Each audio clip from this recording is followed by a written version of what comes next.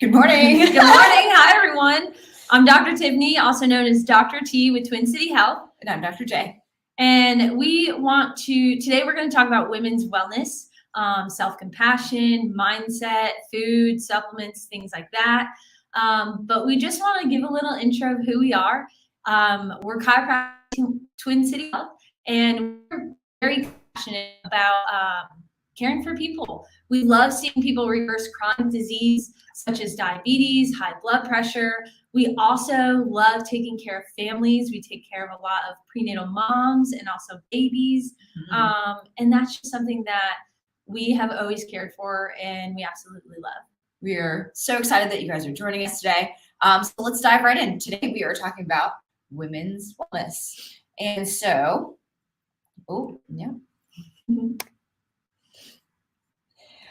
it comes to women's wellness, one of the first things that we want to talk about was just mindset and how to have a hopefully healthier mindset, and some practical ways to help minimize stress, whether it's daily or even long-term stress.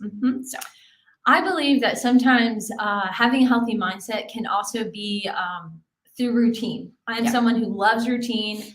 It helps me keep grounded, if you will. So actually, I would say that it starts with my evening routine. There are simple things that I started doing years ago because I had trouble sleeping and staying asleep. I would wake up every night at 3 a.m. So I started taking some supplements. I started altering my routines. And so it started in the evening. I would get my coffee ready the night before. So it's something less I didn't have to do in the morning. And then I slowly started actually going to bed earlier and waking up earlier because I wanted to practice things like gratitude in the morning. When I walk my dog, I pray and I thank the Lord for the things that I have. And that also keeps me grounded. I also work out in the morning. It's the time that I find is the easiest time-wise in my day. And it helps wake up my body for the day. So at gratitude, right? They always say have an attitude of gratitude. So one way that I practice that is actually just as I drive, just being thankful for three things, whether it's the car next to me and the person next to me, or a road sign, for example, instead of having road rage. The other thing that I like to do for my mindset and just to help me prepare for the next day is actually with those choice building habits. One of my choices to do is to try to prepare my lunch. So that way I'm not frantically trying to figure out what I'm going to eat that day because I love food and I get very hangry, also known as hungry and angry together, right? Hangry. And so I actually would love to have a nighttime routine of packing my lunch, but typically that's actually part of my morning routine along with my coffee. And as breakfast is going, I start packing my lunch. So you're really good about that. She brings her lunch to work. She has her own little pack. She's really good with meal prepping like that. And then some other things that I've done throughout the years and still do, one is journaling. I like to journal in the morning to also help prepare my mind for the day. So it's good to wake up your body and wake up your mind to get grounded for the day. Breath. This is becoming one of the new favorite things. Breathing and taking breath work seriously helps stimulate your vagus nerve. Your vagus nerve is it is the longest nerve of your body. It starts up here in your brainstem and it goes and helps with heart rate, things you don't have to think about like breathing. Also digestion goes all the way to your stomach. So stimulating your vagus nerve actually helps you in a stressful moment come out of sympathetic, that fight or flight mode, and into parasympathetic. So it really calms all your systems down. So that's why we love it. One of the breathing techniques I genuinely love, and I think it's great if you've never done breath work, is diaphragmatic breathing. Your diaphragm sits right here in your stomach, near your rib cage. And when you breathe, your diaphragm comes down to open up your lungs and your ribs expand. And then to exhale, it brings your ribs come down and your diaphragm comes up. So I always tell people to place a hand on your chest and also place a hand on your stomach. Nice. And then when you take a deep breath in, normally we go, and everything rises. But truly, when you take a breath in, what you want to work at is taking a slow, deep breath in, and only your stomach should move. And then as you exhale, only your stomach goes down and it exhales all the air. So do one with me. and it takes practice. So I would do that like when you're laying in bed at night, trying to fall asleep, or even in the morning before you rise, when you have a moment to lay on your back and just think about nothing but your breath. That's a great starting point. And this is something I would do every day to make it a practice. Okay. And then slowly, once you get the diaphragmatic part nailed and down, you start to actually breathe in through your stomach, and then you can have your chest rise to get a full deep breath. So it would look like this. And then exhale all the way out. Love it. So that's one of my favorites. The other two that are on there, box breathing, that's just something simple for me. So if you taking a deep breath is hard, or if you just want a different type of breath work, box breathing is just a simple technique. I actually think they use this in the Navy SEALs as well. But what they do is you count for 4 seconds as you're inhaling, and then you hold that for 4 seconds. And then you would exhale for 4 seconds and hold that exhale for 4 seconds. So I literally think of a box and I count to 4 every single time that I'm doing this. Again, inhale 4. Hold that for 4 seconds. Exhale 4 seconds. And then hold that exhale for 4 seconds. And you could do that a couple of times throughout the day. Again, it's a good tool, either one of those, for a very stressful moment where you need to calm your body down. The last Dr. method J, on there, that's you in the picture. that's Nice. in the ice. But Wim Hof method. So this is something that I learned about recently this past year. Some of us here at the office did a Wim Hof method class this past fall, where we, they have 3 pillars to their method. So it's breath work, it's cold exposure, and it's just mindset. And you typically end up combining the breath work, well, all 3 of those, to help your body calm down, just get in a better state. You can actually improve your immune function, decrease stress, anxiety. It's even been shown to help decrease depression. And so Wim Hof method looks like 30 breaths in and out. I said at a rapid pace because it almost feels like you are hyperventilating, because it's very full breath. And most of us are you actually using our diaphragm, like you were talking about earlier, Dr. T. And so using that full breath, fully in, fully out for a full 30 breaths. And at the very end, you would hold that exhale. The cool part is the more you do this, the longer you'll be able to hold that exhale. Yep. So a couple months ago, we had the team do it. And most of us did 30 seconds at the beginning of that exhale hold. And then by the end of the 3rd round, we were holding it for about over a minute, which is really cool. So it's just working on that diaphragm, working on all those muscles too that we don't actually end up using. A good reminder is breath work, like anything else, will take practice. So start off slow, work your way into it. And then I love that you talked about Wim Hof. I know that when I'm looking for a method and I don't have one in my mind, he has some great beginner videos on YouTube as well. So. And he'll count for you, which is always big. Yes. He counts to 30 for you in the video. Sometimes I'm like, he's going slow. Very slow. Too slow, but he's counting correctly. This is a big deal when it comes to, if we just think about foods and how they affect our bodies, our cells. So we see a lot of kids right now. And so I want to talk about food dyes, because food dyes are found in a lot of processed foods, boxed foods, candies, jelly, pickles, things like random things that are preserved. Food dyes were actually grandfathered in by the FDA. They have no nutritional value, and actually they're toxic to your nervous system. I say about kids because if you think about it, who are the most colorful foods advertised to, right? It's rainbow everything, it's Fruit Loops, exactly. So food dyes are not beneficial in any way, and they're actually neurotoxic to your body.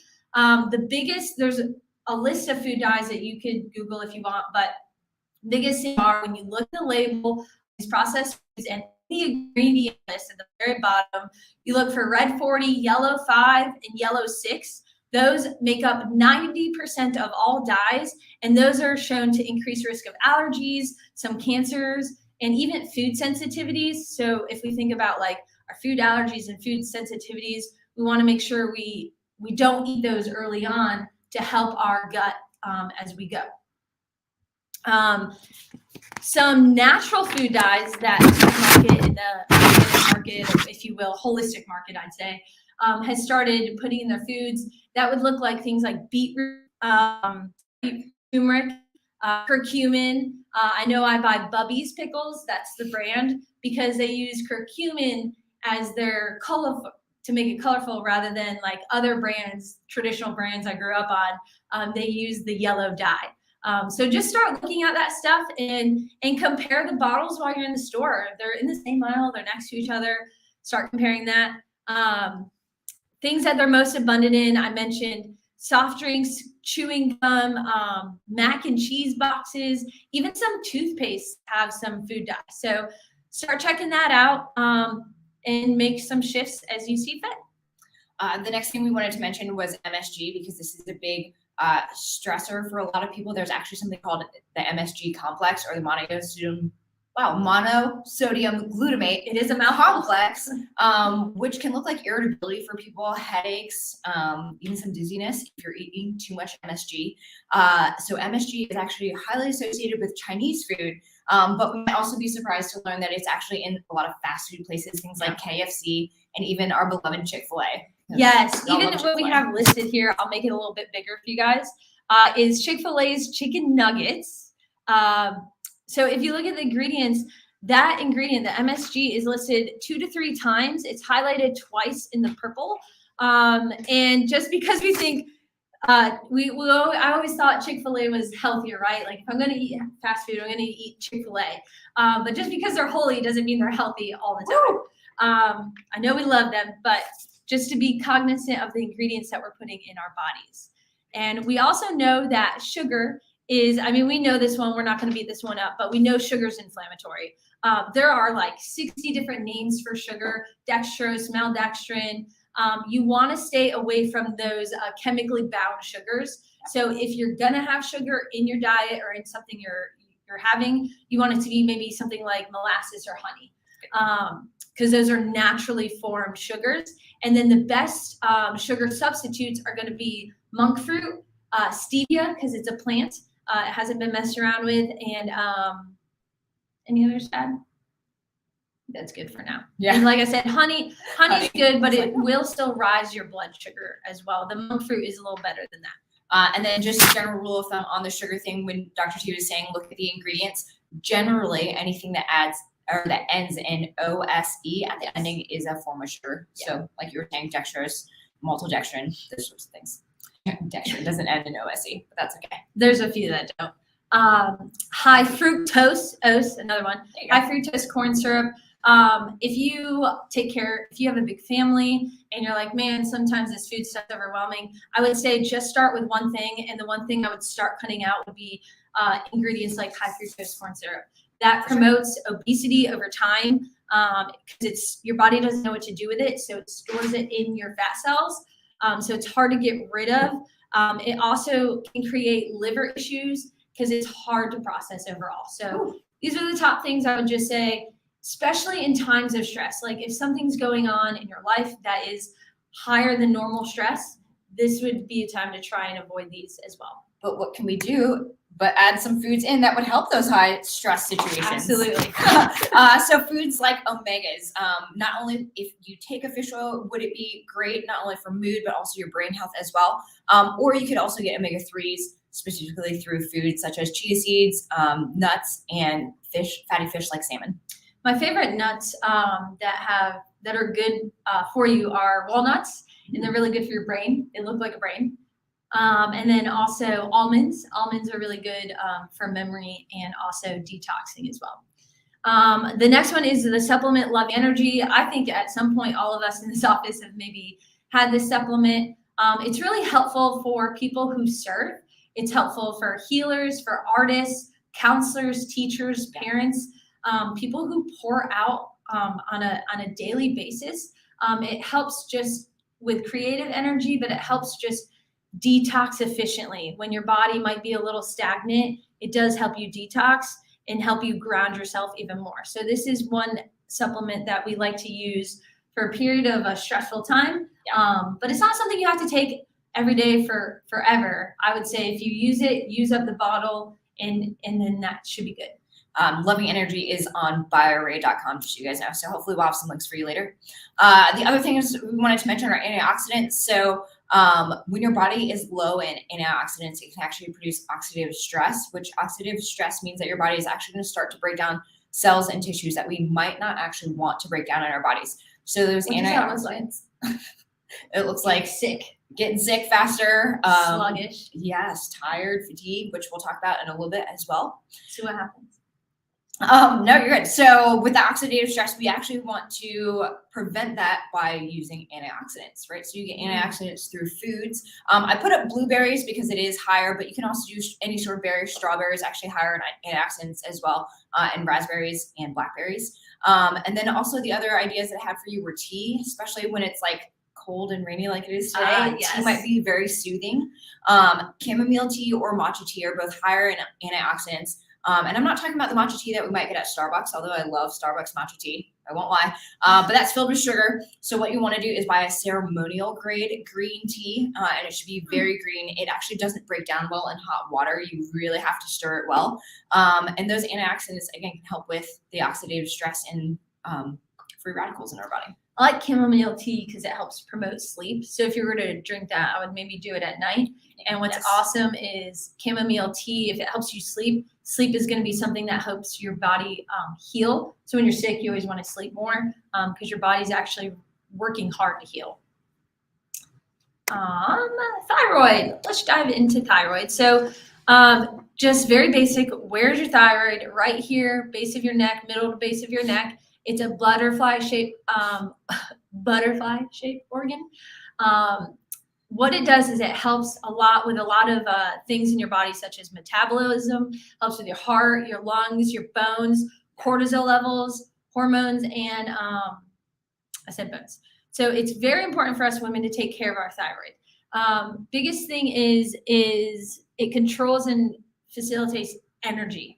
So basic is if we think about how the hormones run from your brain, you have that gives off TSH, and TSH goes from your brain to your thyroid and tells your thyroid to produce thyroid hormone, which is T4. Then T4 converts to T3 and goes to your liver and your gut. And that helps with metabolism. That's more of like the gas and the brakes of your cells at a cellular level. So that's, like I said, metabolism.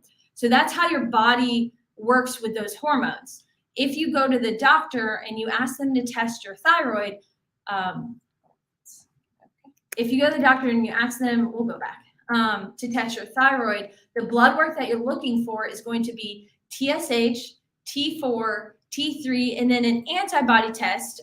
One of those is TPO, and that gives you the whole picture of what your thyroid's doing with the hypo. I'm going to tell you 90% of the time, even if someone had hyperthyroid, it does convert into hypo over time.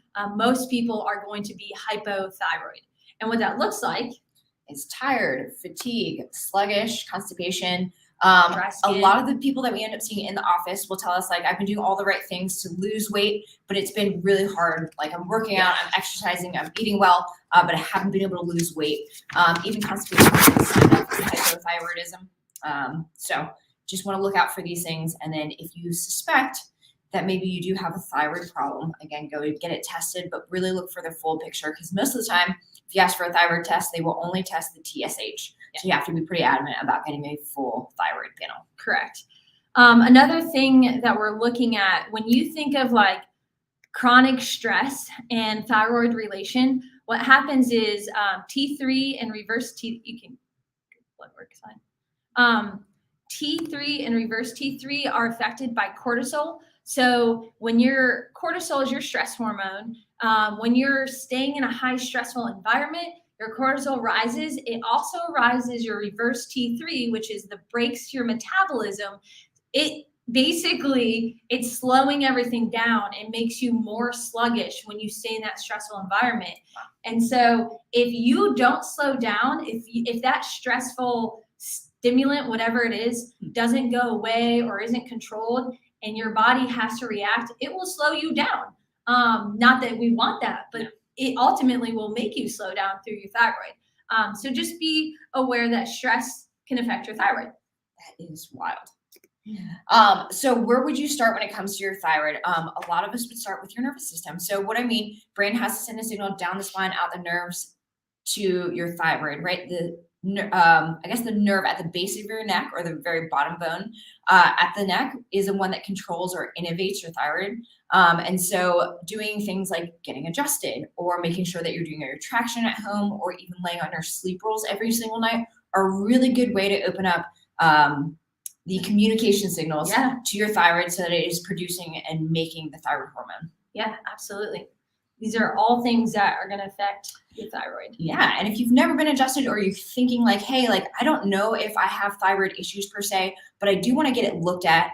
Maybe your blood testing is decent, and you want to get x-rays on your spine. That's what we do here in the office. If it is necessary, we take some x-rays, figure out if there is any pressure on the nerves going to that thyroid, and figure out how to help you, whether it's through the adjustment or maybe even some other supplements and things. So yeah, if you've done everything, this could be the missing link. For sure. Breast health. So we're told to do self-breast exams monthly, weekly, just checking for lumps and any abnormalities that we might feel in our breasts, especially in the region of your armpit. That is going to be very important, because one, if you wear deodorant, that can affect your breast, and two, your lymphatic drainage. Let's talk about what your lymph system does. Your lymph system is basically the waste system of your body. So you have your arteries, which pump blood to your body, your veins, which bring the blood back to your heart, and then your lymph system, which takes the waste away from your cells and ultimately out of your body. So there's a higher lymph flow in your armpits. So it's very important, if you do like a massage to get that lymphatic flowing, that's a great place to do it. And so when you wear an underwire bra or a very tight bra, that can cut off circulation and also the lymph flow to your breast. That makes it very static. So think of like the waste system being very sludge rather than moving. And we don't want that. And that leads me into the next thing is dry brushing. So there are dry brushes out there. There are softer bristle brushes. And the best way to dry brush is trying to do your whole body before the shower. Dry brushing can help slough off dead skin cells, but it also helps with circulation and getting that lymph flowing. So you would want to start at your feet, the bottoms of your feet, circular motions up your legs, even in your tummy, you want to do circular motions there. And then also your arms, circular motions, always going toward your heart. And that will create that lymph drainage that your body needs, and just help keep everything flowing. The other thing that we wanted to mention for breast health is mammography versus mammography. At a certain point in life, we were told to get a mammogram, and we just wanted to let you know that there is another alternative, because both of those methods are like an early detection type thing, but typically actually neither one can diagnose you with cancer or anything like that. So you would need further testing. And where mammography is actually like a bunch of x-rays that you'd be doing every couple of years, thermography is just like a infrared or a heat sensor. And that can be more sensitive in being the first signal to detect any abnormality in the breast. So we like thermography because it's a little bit more sensitive to the body, less radiation, and it can be more effective in seeing the first signals of a sign that we're looking for. So great. And if you need a recommendation, we have one for you guys as well. So just let us know. But there are people in town that do thermography. Next up, we got some hunger hormones. So we wanted to mention some other hormones in your body, that these are like the gas and the brake hormones when it comes to your appetite. Okay, so have leptin there, and I said that's the brake. So that's the hormone that will tell you to stop when you're full. And that's actually the hormone that will also tell you to burn fat as fuel for our bodies. Ghrelin is also our gremlin hormone and is the gas to our appetite, meaning, okay, go eat because you're hungry. And so when these are two out of balance hormones, this is where we could get into maybe overeating. Yes. So think about, look at her. She's looking at the donut because she's not satisfied. Like when we just eat healthier, raw, whole foods, your hormones are going to work the way that they're supposed to. They're going to tell you when you're hungry. But if you're eating a bag of potato chips or starchier foods that are processed, you or like MSG is known for this as well. Your brain doesn't send that signal to turn it off. So that's why we'll give you some foods that will be helpful for that. Some tips in weight loss and controlling those hormones are going to be drinking more water, trying some apple cider vinegar, say that. ACV. Apple cider vinegar. That can control those hormones for you. It can help with leptin. It can help leptin, your brakes hormone, tell you when you're full. There was a study done with pre-diabetics that drank 2 tablespoons of ACV before a very high carb meal. So I'm thinking bagels, spaghetti, something like that. And it showed that when you eat, your blood sugar, it spikes, especially high carbs. So when they did this study, the spike reduced by 34% in pre-diabetics. So that just goes to show you that apple cider vinegar can affect the sugar uptake in your bloodstream. That's crazy. Yeah. The other thing I wanted to mention about water is just if you are one of those people that goes for the afternoon snack, because that is me. Yep. I'm hungry in the afternoon and I really want something bad to eat. I always have to train my brain to go for the water first. Yep. So I try to drink 6 to 8 ounces of water, give myself a few minutes and really determine, okay, am I actually hungry or do I just want a bad snack because I'm bored right now? And more often than not, it's actually I'm really thirsty. And probably bored as opposed to actually wanting the food. That's so true. It's a good step for you. Step number 2 is to add in more proteins and healthy fats into every single meal. So protein and fat helps you feel more full when you're eating things as opposed to just a high carb diet where you'll still want more. So getting in, again, more protein and healthy fats. The next thing is weight loss. So 2 things to start promoting weight loss would be movement and intentionality. Yes. If you you're like, hey, I've been in a season, I haven't moved, life's been crazy, then best thing you can start doing is just start walking. I know we have patients who have told me that they've lost weight just by walking 3 to 5 days a week. When you couple that with intentionality, there's been studies shown where if you just put the sneakers on and go out the door and that be your goal for 1 month, then it's the art of showing up. You're showing up, and whatever you do from there on is better. And then the next month, your goal could be walk a mile, and then you continue to do that. And then eventually you might even start running if you like running. But the point is show up and you can do it. But start small if you have to. Other things are, if you already are working out, try and increase your workouts. Maybe do 1 extra workout, or maybe start incorporating stretching like yoga if you do a lot of high intensity things. Listening to your body in those times. And I love doing this as well. The next one is bringing your clothes to work. So if I'm going to run or go for a workout after work, my intentionality is there. If I bring the clothes, they're already with me. It creates less of an excuse, right? That's true. And then with intentionality, I also want to mention meal prepping, because this is something that I've been trying to do for the past couple months, is trying to create large enough meals, or actually meal prep on like typically Saturday or Sunday to create meals for like the next few days. So that I'm not worried about, okay, what am I going to eat tonight, or where am I going to eat, right? Because if I don't have food at home, I'm more likely to go to Chipotle or Cava. Those are my favorite places, but even Chick-fil-A, right? Because it's quick and convenient versus maybe creating a crock pot meal or something that you can have cooking or simmering all day and then be ready for you by the time you get home. So meal prepping is a really good way to be intentional about your foods and helping you with the weight loss as well. Crock pot's great. I also like, which you introduced me to, is the air fryer. Oh, air fryer. So easy. So good. Yes. I throw a chicken breast in there and it takes like 10 minutes. It's so good.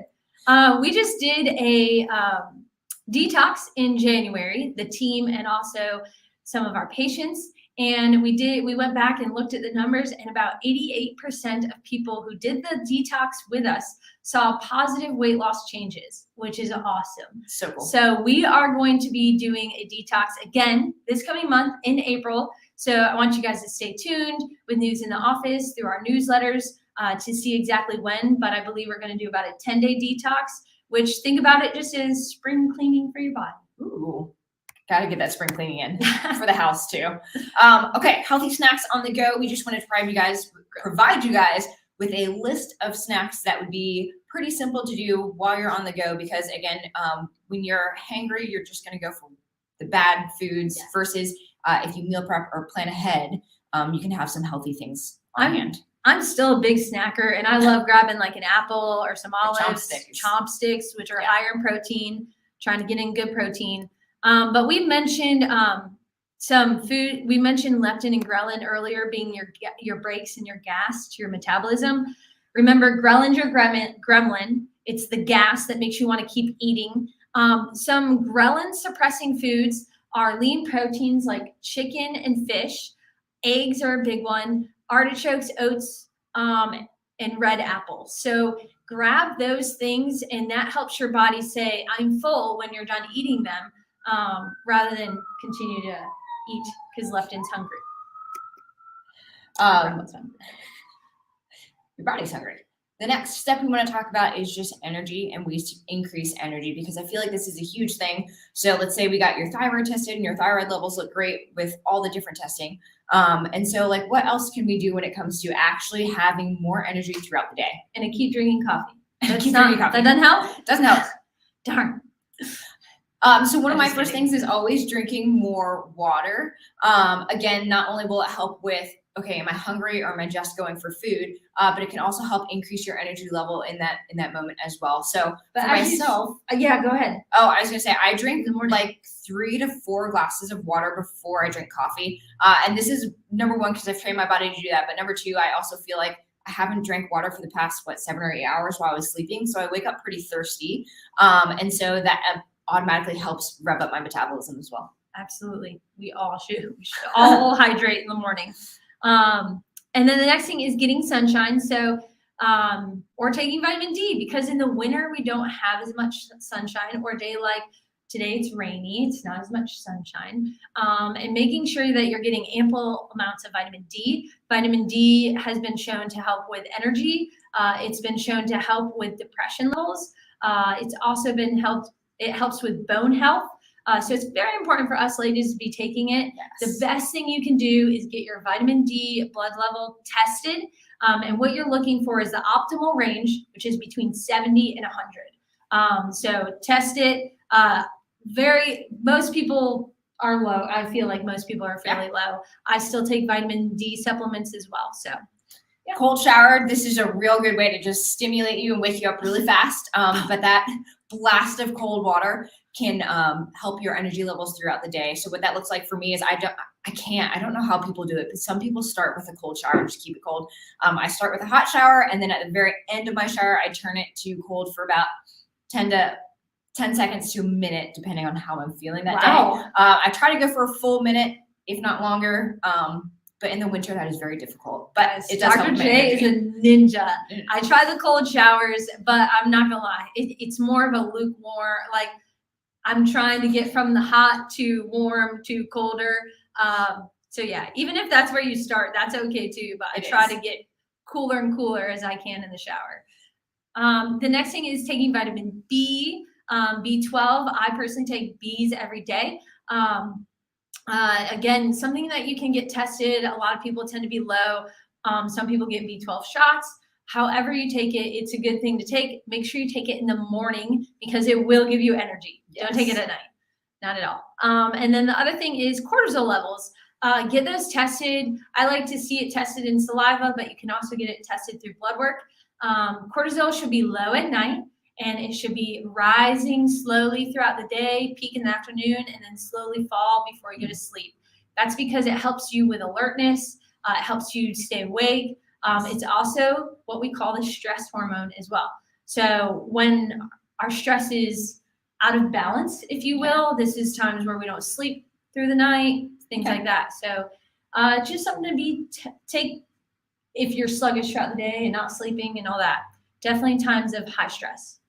Last thing on there is getting enough protein. So a minimum of 46 grams of protein per day is what is recommended for women. And that just depends where you are on the spectrum. If you are somebody who is working out and lifting weights, you might want to increase that number by multiplying actually 1 gram of protein per pound of body weight. So for example, I'm like 130 pounds. So I eat 130 grams of protein every single day. But that's because I am working out like 5 days a week, sometimes 6 days a week, lifting weights, and it's like harder That workout. energy. Yeah. Yes. And so again, start somewhere on the scale, but you'd be surprised that increasing your protein intake can actually help with weight loss. But it can also help with our energy levels, because sometimes we are actually not fueling our bodies as much as we need to throughout the day. I'll also say for protein, we see a lot of pregnant moms. Protein shakes can help with mood because they help regulate hormones. It is the building blocks of life, like you said. Protein can also help you get to sleep. So if you kind of feel wound up throughout the day, if you want to take a little protein, maybe protein in water or protein in milk before bed, and that can also help you sleep, because it also helps your muscles repair as you sleep. There we, Dr. T. There we are, hanging out. We recently went to a chiropractic seminar, and while we were down there, we did some aerial yoga, which was our first time. It was a lot of fun. If you ever want to try out aerial yoga, I would try it out. It would be good for when you have joint issues, because it's less invasive than the floor is. Back to self-compassion. So like we talked about in the beginning, it's about routine, right? Starting good, healthy habits. Give yourself grace if the day doesn't go as you planned. Yeah, it's okay. Tomorrow's a new day. There was a time where I was journaling every single day. I think it was for a year. Now I journal a few times a week. I read this thing recently that said, if your brain is full, write it down. So journal when your brain is full. And then when you feel empty, read and put something back in your brain. So you're still stimulating your mind, and it's going to be healthy for your mind either way. And then massage. I know we like to get massages every so often. It's a good way to relax. It's also a good way to get that lymphatic drainage that we talked about earlier. So there's great health benefits to massage. You could also take a bath, whether that's an Epsom salt bath or just getting in some hot water at night. Or if you're really brave, you might want to take an ice bath. Let me know how it goes. But 3 minutes in an ice bath can also really calm your body down, and it can actually help you prove that you have more up here than you know, that you're stronger than you think you are. But you know, an ice bath is not for everyone. So if you want to take a cold bath or a hot bath, that's also great. Just something that you are doing to spend time on yourself and really pour back into yourself, so that you can feel ready to give the next day. And then the last thing is seeing a therapist you trust. We do think it's important in seasons of your life to go see a counselor or therapist. Find one that is the right fit for you. And then the last slide, we just wanted to provide you guys with some local resources of people that we end up using, whether it's for massage or an esthetician, gyms to go to, even a pelvic floor therapist. We have these recommendations for you guys. If you need them, let us know.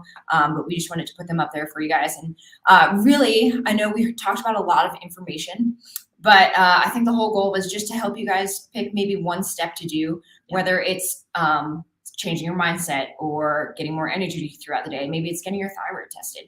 Whatever it is, just pick one step that you guys are going to implement. Maybe it's getting chiropractic care because you've tried everything else, and that might be the missing link. It's taking care of your nervous system. We're here for you if you have questions. The best way to make an appointment, if you'd like one, is off our website for new patients. So thanks for joining us today. See you next time.